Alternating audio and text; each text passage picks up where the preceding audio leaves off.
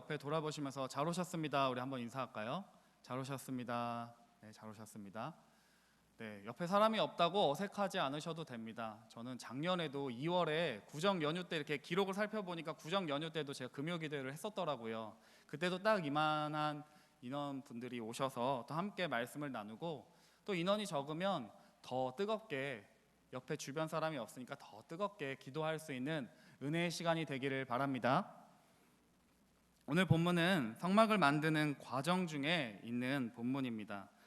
출애굽기에 보면 하나님께서 이스라엘 백성들에게 출애굽을 시키시고 성막, 하나님이 거하실 그 성막을 이렇게 만들라고 이야기하십니다. 그리고 그 성막은 하나님께서 거룩하시기 때문에 구별되어서 하나님이 모세에게 명령하신 대로 지으라고 이야기를 합니다.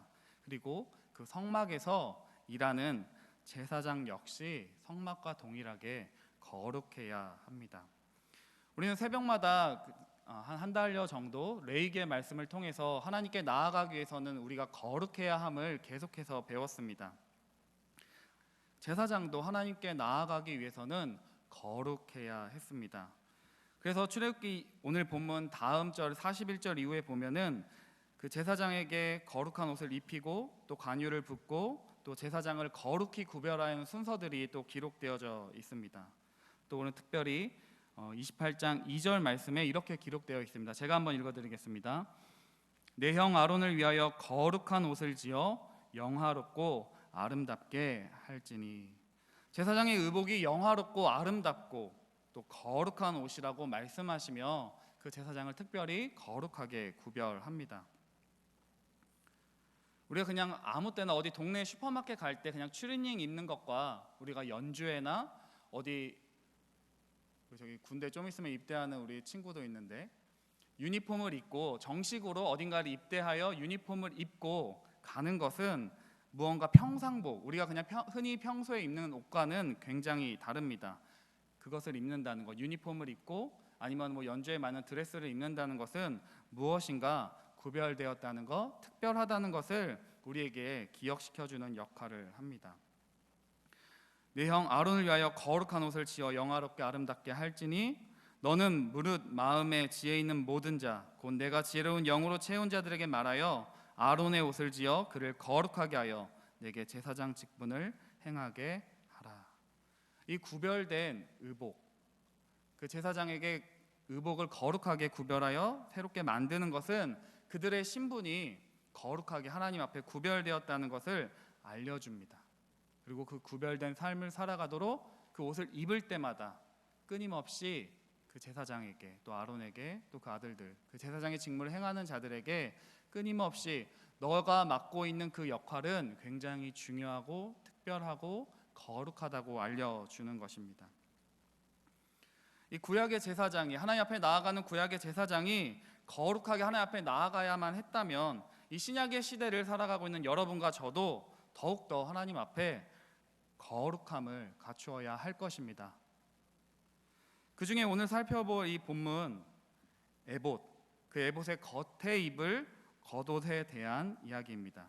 이 겉옷은 그냥 내가 입고 싶으면 입고 막 내가 덥다고 벗는 것도 아니고 입고 싶다고 입는 것도 아닙니다.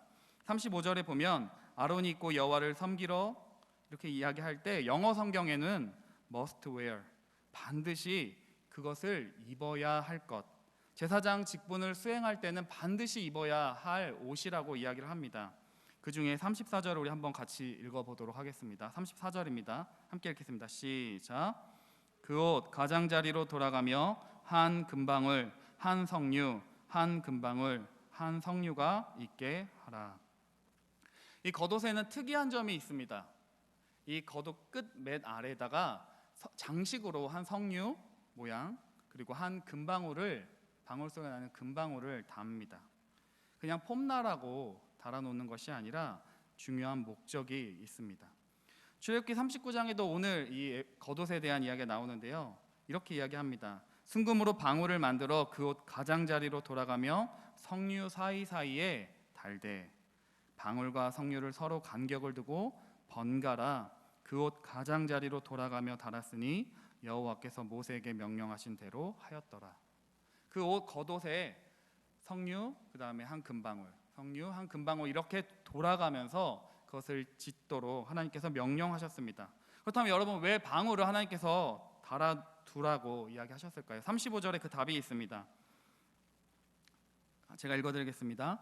아론이 입고 여호와를 섬기러 성소에 들어갈 때와 성소에서 나올 때 그 소리가 들릴 것이라. 그리하면 그가 죽지 아니하리라. 대제사장이 1년에 하루 한 번 지성소로 들어가는데, 그 하나님의 그 거룩한 궤가 있는 지성소로 들어가는데 아무나 들어갈 수 없잖아요. 하나님 앞에 거룩하지 않다면 들어가서 죽임을 당할 수도 있는 것이 그 성소입니다. 그 성소에 들어가는데 거룩하지 않은 채, 준비되지 않은 채 그 성소로 들어갈 때 제사장이 죽음을 각오하고 들어가야만 했습니다. 그러니 그것을 고려하여 옷에 금방울을 달았습니다. 움직일 때마다 딸랑딸랑 딸랑딸랑, 어떤 소리인지는 모르겠습니다. 뭐 딸랑딸랑일 수도 있고 찰랑찰랑일 수도 있고, 그 옷에 금방울을 달아서 제사장이 걸을 때마다, 그 제사장의 직무를 행할 때마다 금방울 소리가 들리는 것을 보고 밖에 있는, 성소 밖에 있는 이스라엘 백성들은 제사장이 자신의 직무를 행하고 있구나. 그런데 갑자기 소리가 들리지 않는다면 무슨 일이 생겼구나. 그리고 그 허리에 묶인 끈을 가지고 이렇게 끌어내는 역할들을 했습니다. 방울의 역할은 종소리가 울릴 때마다, 대제사장이 움직일 때마다 종소리를 울려 퍼지게 하는 것이었습니다. 이 방울 소리가 성소에 들어갈 때와 나올 때에 들린다면 죽지 않을 것입니다. 또 다시 이렇게 이야기한다면, 죽지 않으려면 방울 소리가 계속해서 들려야만 했습니다. 같은 말이죠. 대제사장이 살아있다면 종소리가 들릴 것이고, 종소리가 울려야 대제사장이 살게 될 것입니다. 종소리 성소 밖에 있는 사람들로 하여금 제사장이 눈에 보이지는 않지만, 성막 휘장에 가려져서 보이지는 않지만 백성에게 제사장이 지금 거룩한 곳에 있구나, 하나님의 거룩한 의무를 수행하고 있음을 알게 해줍니다. 또 이 방울들은 이 제사장에게도 경각심을 일깨워 주었을 것입니다. 딸랑딸랑 딸랑딸랑 움직일 때마다 자신의 직무가 얼마나 두렵고 떨리는지를 기억나게 해주는 역할들을 했을 것입니다. 방울을 달아둠으로 외부에 있는 자들에게는 제사장이 살아있음을 확인하는 역할을 했고요, 제사장에게는 자신의 임무, 자리의 엄격함, 그 긴장의 끈을 놓치지 않도록 하는 역할을 했습니다. 여기서 여러분과 제가 한 가지 생각해 볼 것이 있습니다. 이런 방울을 달아둘 정도로 죽었는가 살았는가 확인하도록 방울을 달아둘 정도로 하나님 앞에 나아간다는 것은 두려운 일입니다. 죽을 수도 있는 일입니다. 우리는 이제 예수 그리스도 안에서 하나님 앞에 담대히 나아갈 수 있습니다.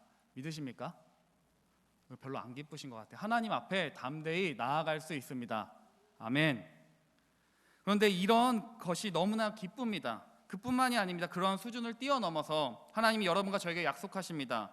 보라, 처녀가 잉태하여 아들을 낳을 것이요 그의 이름은 임마누엘이라 하리라 하셨으니, 이를 번역한즉 하나님이 우리와 함께 계시다.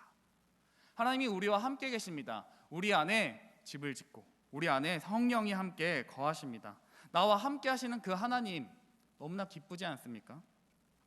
그런데 이 사랑하는 이 하나님, 나와 함께 하시는 그 하나님이 우리에게 든든하고 힘을 주는 그 놀라운 약속이지만, 때때로 그 거룩한 하나님이 거북하게 느껴집니다. 왜냐하면 나의 삶이 하나님의 뜻과는 반대로 가게 될 때는 그 하나님은 나에게 축복이 아니라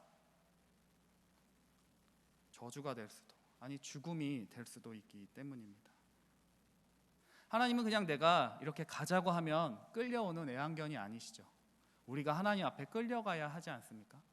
근데 그 하나님, 그 거룩하신 하나님이 우리와 함께 하시다는 것은 하나님을 믿는 우리 성도들에게 그 무엇보다 강한 버팀목이고 든든한 성벽과 같은 분이시지만, 그 하나님이 나와 늘 함께 하신다는 것은 때때로, 아니 자주 두렵고 떨리는 일입니다. 이 말씀 묵상하며 그런 생각해 보았습니다. 이제 결혼한 지 한 2년쯤 되어 가는데요. 결혼을 생활이 이게 하면 할수록 아마 이제 10년, 20년 되면 더 많이 느끼겠지만, 사랑하는 사람과 한평생을 살아간다는 것이 굉장히 설레고 행복한 일이지만 또 한편으로는 나의 가장 연약하고 찌질하고 별 볼 일 없는 나의 모습을 드러내 보여야 하는 굉장히 두려운 일임을 점점 깨달아갑니다. 안에는 저의 장점, 여러분들은 모르시는 저의 장점, 많은 사람들이 저보고 노잼이라고 하는데 저 안에 있는 재미있는 것들도 저희 안에는 발견을 합니다. 같이 살기 때문에 할 수 있는 일이죠. 그러나 여러분들에게 보여주지 않는 이렇게 좀 젠틀하고 멋있는, 아닌가요? 멋있지 않나요? 네. 멋있다고 생각하는데 이 멋있는 모습들이 또 아내와 함께 있는 공간에서는 되게 찌질하고 때로는 치졸하고 속 좁은 저의 모습을 아내에게 보여주기도 합니다. 같이 이렇게 함께 한 공간에 거한다는 것은 그만큼 설레는 일이기도 하지만 두려운 일입니다. 사랑하는 그 하나님, 그 거룩하신 하나님이 우리와 함께 계시다는 것, 그 전능하신 하나님이 우리와 함께 계시다는 것은 우리에게 굉장히 설레고 든든한 일이기도 하지만 또 한편으로는 우리가 그 거룩함에 합당하지 못할 때 그 하나님의 함께 하심은 굉장히 거북하고 두렵습니다. 고린도전서 3장 16절에 이렇게 이야기합니다. 너희는 너희가 하나님의 성전인 것과 하나님의 성령이 너희 안에 계시는 것을 알지 못하느냐? 누구든지 하나님의 성전을 더럽히면, 영어 성경으로는 destroy, 파괴하다 이렇게 되어 있습니다. 누구든지 하나님의 성전을 더럽히면 하나님이 그 사람을 멸하시리라. 똑같이 destroy, 파괴, 손상, 무너뜨린다 이렇게 이야기합니다. 누구든지 하나님의 그 성전을 파괴하고 훼손하고 더럽히면 하나님께서 그 사람을 똑같이 멸하신다고 말씀하십니다. 하나님의 성전은 거룩하니 너희도 그러하니라. 우리 안에 계신 그 하나님은 거룩하신 하나님이십니다. 우리가 그 하나님을 함부로 여길 때, 거룩하지 않을 때 그 하나님이 함께 하심은 때때로 두려운 또 심판이 될 수 있다는 사실을 여러분과 제가 기억하시기를 바랍니다. 그런데 여러분과 제가 이 하나님, 나와 함께 하시는 하나님을 너무 가볍게 여기고 있다면, 혹시 그 하나님을 경외하는 마음들을 잊어버리고 있다면, 놓치고 있다면 우리 안에 하나님을 존중하고 하나님을 경외하는, 하나님을 두려워할 줄 아는 그런 경외감이 회복되시기를 주님의 이름으로 축원합니다. 그렇다면 우리 한번 우리 자신에게 질문을 해봐야 합니다. 그렇다면 우리는 방울소리를 듣고 있는지. 하나님은 거룩하지 않은 것들과 함께 하시지 못합니다. 거룩하지 않은 것과 함께 하지 못하시죠. 거룩하지 않은 것이 있을 때 죽음이라는 결과를 가져옵니다. 그 제사장의 직분이 딸랑딸랑 이렇게 움직일 때마다 방울소리가 들리지 않으면 그 제사장은 죽은 것입니다. 그래서 그 하나님께 나아가는 자리는 특별한 자리이기도 하지만 두려운 자리죠. 그런데 출애굽기 28장 36절에 이렇게 이야기합니다. 제가 한번 읽어드리겠습니다. 너는 또 순금으로 패를 만들어 도장을 새기는 법으로 그 위에 새기되 여호와께 성결이라 하고, 그 옷에 붙이는 패에 여호와께 성결이라는 것들을 새겼는데 그것을 또 스가랴 14장 20절에 이렇게 이야기합니다. 제가 한번 읽어드릴게요. 그날에는 말 방울에까지 여호와께 성결이라 기록될 것이라. 여호와의 전에 있는 모든 솥이 제단 앞 주발과 다름이 없을 것이라. 거룩한 그 성물에 여호와께 그 패에, 그 옷에 여호와께 성결한 기록된 것이 그날에는 말 방울에까지, 그냥 말 타고 다닐 때 그 말에 있는 방울에까지 여호와께 성결이라고 그 거룩함이 기록될 것이라고 이야기를 합니다. 말을 탔을 때 딸랑딸랑 울리는 그 말방울 소리가 거기에까지 여호와께 성결, 여호와께 거룩하라고 기록되어 있다는 말입니다. 여기서 여러분과 제가 알아야 할 것은 제사장의 의복에만 새겨지는 문구 여호와께 거룩, 여호와께 성결이라는 그 단어가 그날에는 말방울에까지 기록된다는 것입니다. 하나님은 여러분과 저의 모든 삶의 영역이 거룩하시기를 원합니다. 그리고 그 방울소리처럼 제사장의 직분을 수행할 때만 방울소리가 들리는 것이 아니라 여러분과 제가 누군가와 차를 마시고 밥을 먹고 또 오늘 연휴라 운전을 많이 하셨을 텐데 운전하는 그 운전석의 자리에서도 하나님은 거룩하기를 원하신다는 말입니다. 여러분, 여러분의 삶 속에서 방울소리를 듣고 계십니까? 혹시 방울 소리가 딸랑딸랑 하는 그 방울 소리, 하나님의 음성이 들리지 않는다면 내가 있어야 할 자리, 내가 해야 할 일들을 하지 않고 있을지 모릅니다. 그 제사장 거소에 달린 그 방울 소리는 그 제사장의 사명이 무엇인지 일깨워주는 소리입니다. 아무 일도 하지 않으면 아무 소리도 들리지 않겠죠. 그러나 자신의 사명을 감당하며 움직일 때는 방울 소리가 들리게 됩니다. 내가 죄에 대하여 무뎌지지 않는 체크해주는 소리입니다. 사랑하는 성도 여러분, 죄는 처음부터 커지지 않습니다. 우리가 잘 아는 속담처럼 바늘 도둑이 소도둑 된다는 말처럼 별것 아니라고 치부하는 그런 모든 것들이 점점 쌓여서 큰 죄가 됩니다. 우리를 넘어뜨리게 합니다. 하나님과의 관계를 파괴해버립니다. 혹시 방울 소리가 지금 내 삶에 들리지 않고 있다면 하나님이 나에게 말씀하셔도 야, 너 그렇게 살면 안 돼. 야, 너 지금 그 길로 가면 안 돼. 아니, 너 다시 일어서서 네가 가야 할 그 자리로 가야 해 말씀하시는데도 더 이상 나를 향한 경고 메시지를 듣지 않은 때가 나의 영혼이 죽은 때입니다. 나의 영혼이 살아있다면 내가 움직일 때마다 하나님이 나에게 들려주시는 그런 방울 소리를, 하나님의 말씀이 우리에게 들려야 합니다. 두렵고 떨림으로 하나님 앞에 서야 할 것입니다. 그 하나님에 대한 그 거룩하심에 대한 감각, 딸랑딸랑 울리는 그 종소리처럼 하나님이 나에게 너 그렇게 하면 안 돼, 멈춰서야 돼, 다시 일어서야 돼 하는 그런 메시지, 그 감각을 놓쳐서는 안 될 것입니다. 이런 방울 소리는 하나님과의 나의 관계의 상태를 알려줍니다. 그 소리가 들리면 살아있고 그 소리가 들리지 않으면 그가 죽으리라 한 말씀처럼 그러한 방울 소리는 하나님과 나와의 관계의 상태를 알려줍니다. 내가 있어야 할 곳이 어디인지를 우리에게 알려줍니다. 그렇다면 사랑하는 성도 여러분의 삶 가운데 방울의 역할을 하는 것은 무엇입니까? 혹시 다이어트 하십니까? 다이어트 하면은 체중계를 달고 살아야 합니다. 또 우리 헬스장에 가는 분들은 인바디를 체크해서 나의 상태를 체크합니다. 당뇨가 있으신 분들은 날마다 피를 뽑으며 혈당을 체크합니다. 또 누군가의 관계 가운데 여러분 감사하는 말이 아니라 짜증을 많이 내고 있고 불평이 늘어간다면 나의 영혼의 상태가 문제가 생긴 것입니다. 여러분의 영혼의 상태는 무엇으로 체크하고 계십니까? 혹시 하나님이 나에게 말씀해 주시는 것들이 있는데, 하나님 나에게 경고해 주시는 것들이 있는데 그런 말씀이 부담스러워서 겉옷에 달린 방울을 떼어내 버리고 계시지는 않으십니까? 여러분의 경건한 습관, 여러분의 영혼을 깨우치는 그런 규칙, 습관들이 있으십니까? 여러분과 저에게 이 방울 소리를 들을 수 있는 그런 시간이 필요합니다. 매일 새벽마다 하는 기도와 말씀 묵상의 시간, 일주일에 한 번 드리는 예배, 또 수요, 금요 기도회. 청년 때는 그런 생각도 해보았습니다. 습관적으로 나오는 것이 무슨 의미가 있을까? 이런 연휴 때 같은 때는 집에서 쉬는 게 낫죠. 수요 예배, 금요 기도회 꼭 갈 필요 있나? 성경에 수요 예배, 금요 기도회 드리라고 한 기록은 없으니까요. 안식일을 기억하여 거룩하게 지키라고만 했으니까요. 습관적으로 나오는 것이 무슨 의미가 있을까라는 생각들을 해보았습니다. 한 번을 나오더라도 많은 예배를 드리는 것보다 한 번을 드리더라도 제대로 드리는 게 낫지 않을까, 그런 생각들을 해보았습니다.